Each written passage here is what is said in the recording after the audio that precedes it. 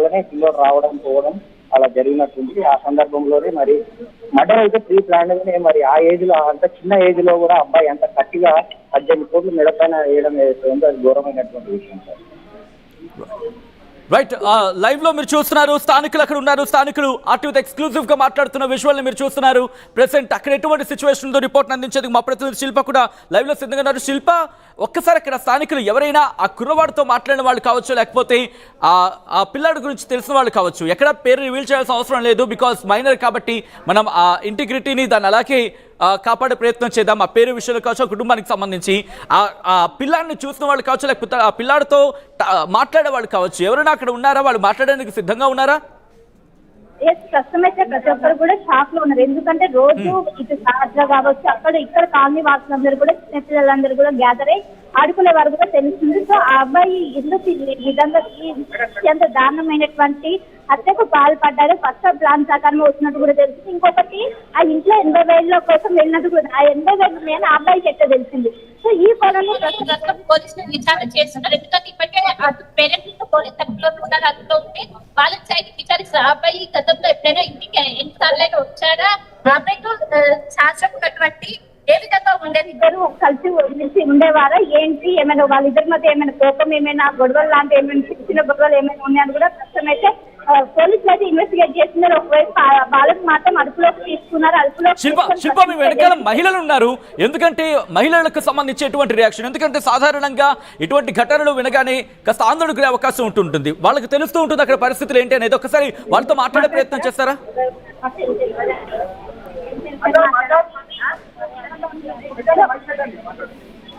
Present RTV అక్కడికి yes అమ్మా, మీకు ఆ పిల్లాడు తెలుసా అండి? ఆ కుటుంబం తెలుసా మీకు?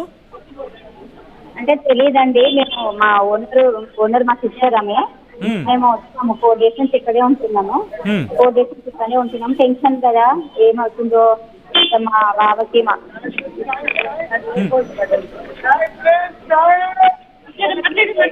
అక్కకి మా బావకి కొంచెం హెల్త్ బాగుంటది, అందుకే వచ్చాము. 4 days అవుతుంది మేము వచ్చి. ఇంకా ఏం ఓకే శిల్ప, ఒక్కసారి ఐ ఫోన్ మీ దగ్గర పెట్టుకునే ప్రయత్నించారా? వాయిస్ మఫల్ గా వస్తుంది. మేము టీవీలో న్యూస్ చూసి బయటకు వస్తామండి, మాకు కూడా ఏం తెలియదు. ఓకే ఓకే, కదా మాకు కూడా తెలుస్తుంది. ఏమనిపిస్తుందమ్మా? ఎందుకంటే ఒక చిన్న పిల్లని, ఒక 10th క్లాస్ చదువుతున్న పిల్లాడు చంపేయడం అంటే ఎంత దుర్మార్గం ఇది. ఏమనిపిస్తోంది మీకు?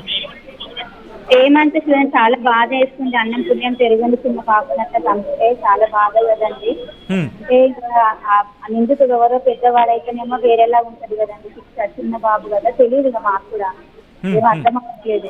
రైట్ శిల్ప, ఒక్కసారి ఆ లోకల్ లైట్స్ ఏమంటున్నారు అనేది మీకు చూపించే ప్రయత్నం చేస్తుంది. ఆర్టీవీ అక్కడికి చేరుకుంది, స్థానికులు రియాక్ట్ అవుతున్నారు. పక్కన మరికొంతమంది మహిళలు ఉన్నారు, వాళ్ళతో కూడా మాట్లాడే ప్రయత్నం చేద్దాం. ఎందుకంటే వీళ్ళందరూ కూడా పక్కన అక్కడున్న స్థానికులే. ఎస్ యా అమ్మ, మీకు ఆ అబ్బాయిని అరెస్ట్ చేశారని కానీ మీకు ఏమనిపించింది అమ్మా ఫస్ట్?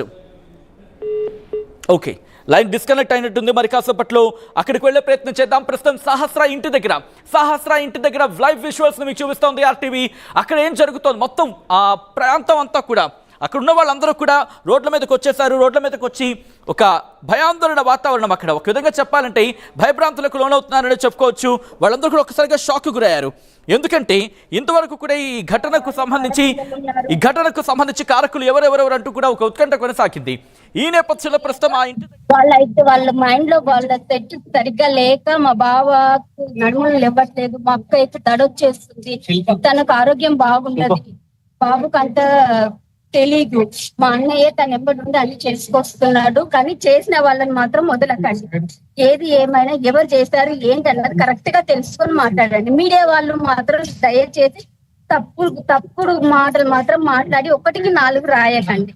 అంతే మేము చెప్పేది అది. ఆ బాబు కరెక్ట్ గా నిర్ధారించుకున్నాకే మాకు ఇన్ఫర్మేషన్ ఇవ్వండి. ఆ బాబు మీ తాలూకా అండి?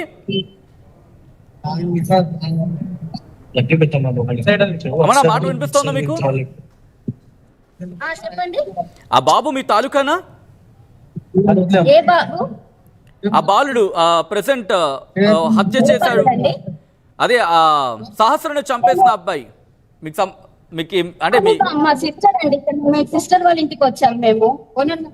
ఓనరు సిస్టర్ ఓకే మా అక్క మా బావ ఓకే కొంత మా అక్క మా బావ వాళ్ళు ఈ ఘటనకు సంబంధించి మీకు తెలిసిన తర్వాత మీకు ఏమనిపించింది? ఏమో సార్ ఏం అర్థం కావట్లేదు. ఫోన్ లో చూసాము, టీవీలో బయటకు వచ్చే వరకు మీడియా ఉంది, పోలీసు వాళ్ళు ఉన్నారు. అంతే. ఓకే, పోలీసులు అక్కడికి వచ్చారు, ఇన్వెస్టిగేషన్ చేస్తున్నారు. ఆ బాలుడి పాత్ర ఉందనే ఒక అనుమానం వ్యక్తమైన నేపథ్యం, ప్రస్తుతం నిందితుడిగా భావిస్తున్న సందర్భం ఉంది. ఇప్పుడు ఏమంటారు మీరు? తెలీదు సార్, అవి మాకు తెలీదు. మీడియా వాళ్ళు ఫోన్ లో ఇస్తుంటే ఫోన్ లో చదివి బయట చూసే వరకు ఇంతమంది ఉన్నారు, ఇది జరుగుతుంది సార్ అంతే. ఓకే, ఎలా ఉండే అంటే ఆ కుటుంబం ఎలా ఉండేదటండి? అక్కడ స్థానికులతో కావచ్చు లేకపోతే చుట్టుపక్కల వాళ్ళతో ఎలా ఉంటుంది ఆ కుటుంబం? ఓనర్ వాళ్ళకి ఉన్నారా? ఒకసారి ఇస్తారా, ఫోన్ ఇస్తారా ఒక్కసారి? సునీత రైట్, ఆ ఇంటి ఓనర్ తో మాట్లాడే ప్రయత్నం చేస్తుంది ఆర్టీవీ. అక్కడ వాళ్ళు ఎలా ఉండేవాళ్ళు? బాబాయ్ చెప్పింది. అమ్మ, మీ ఇంట్లో ఉంటారండి అబ్బాయి? మా ఇంట్లో ఉండరండి. ఎలా ఉంటుందండి ఆ కుటుంబం, ఎలా ఉంటుందండి మీతోని అక్కడ ఉన్న వాళ్ళతో? పిల్లలు ఉంటారు, కింద పెట్టుకుంటూ ఆడుకుంటారు పిల్లలు. ఓకే, ఒక్కసారి మళ్ళీ చెప్పరా? ఇద్దరే ఆడుకుంటారండి పిల్లలు. ఆ పిల్లాడు మీతో నార్మల్ గానే ఉండేవాడా అండి? నార్మల్ గానే ఉంటారు. పిల్లలందరూ ఇక్కడ ఆడుకుంటారు కాబట్టి వాళ్ళు పిల్లలు చిన్న పిల్లలు ఎట్లుంటుందో అర్థం. ఆ 10th క్లాస్ చదువుకున్న పిల్లాడు అంటున్నారు. మనకు తెలియదు కదండి ఎవరు తెలియదు కదా. ఓకే, ఎన్ని రోజులు అయిందండి వాళ్ళు అక్కడికి వచ్చి? ఆ ఇంటికి వచ్చి ఎన్నాళ్ళు అయింది?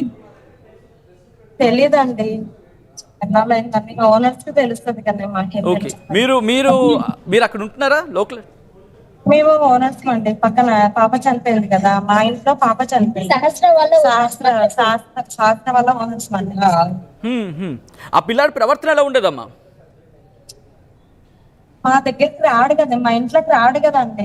అంటే చుట్టుపక్కల ఉంటూ ఉంటారు కదా, తెలుస్తూ ఉంటుంది కదా. ఓనర్స్ అంటే ఓనర్స్ వాళ్ళకి తెలిసి ఉంటది ఎప్పుడు ఎట్లుంటారు ఏంది అనేది తెలుస్తా ఉంటది. అంటే మీరు అక్కడ ఉన్నారు కాబట్టి వస్తారు, ఆడుకుంటారు. ఇలా ఒక్కొక్కసారి పైకి కూడా మా పైకి వస్తే నేను బెదిరించానండి, మీరు వెళ్ళొద్దు పైకి అని తిట్టాను నా పిల్లని. ఓకే, సో అక్కడ కలివిడిగా ఉండేవాడా లేకపోతే కొంచెం ఇబ్బందికర వాతావరణం ఉండేది అప్పుడు కూడా? నార్మల్ గానే ఉండేవాళ్ళ, అంత ఏం లేకపోతున్నా. వస్తారు పిల్లలతో ఆడుకుంటారు కదండి, అట్లానే వెళ్తుంటే బెదిరించేదాన్ని నేను, ఎవరు వెళ్ళొద్దండి పైకి అని బెదిరించాలి. ఎవరినైనా ఆ పిల్లగానే అనే కాదు, ఎవరినైనా బెదిరించేదాన్ని. గతంలో కూడా అంటే ఇలా బెదిరించారా అబ్బాయిని వెళ్తూ ఉంటే? తను ఒకసారి మా ఇంట్లోకి వచ్చినందుకే అన్నాను, పైకి రావద్దు నాన్న, కిందనే ఆడుకోవాలి, కింద అందరు ఉన్నారు కదా వాళ్ళతో ఆడుకోవాలి, పైకి రావద్దని చెప్పేదాన్ని. వాళ్ళు ఇక్కడే గల్లీలోనే ఎక్కువ ఆడతారు. ఇక్కడ ఆడుకుంటే పిల్లలందరూ చాలా ఆడుతూ ఉంటారు, ఇక్కడే ఉంటాడు.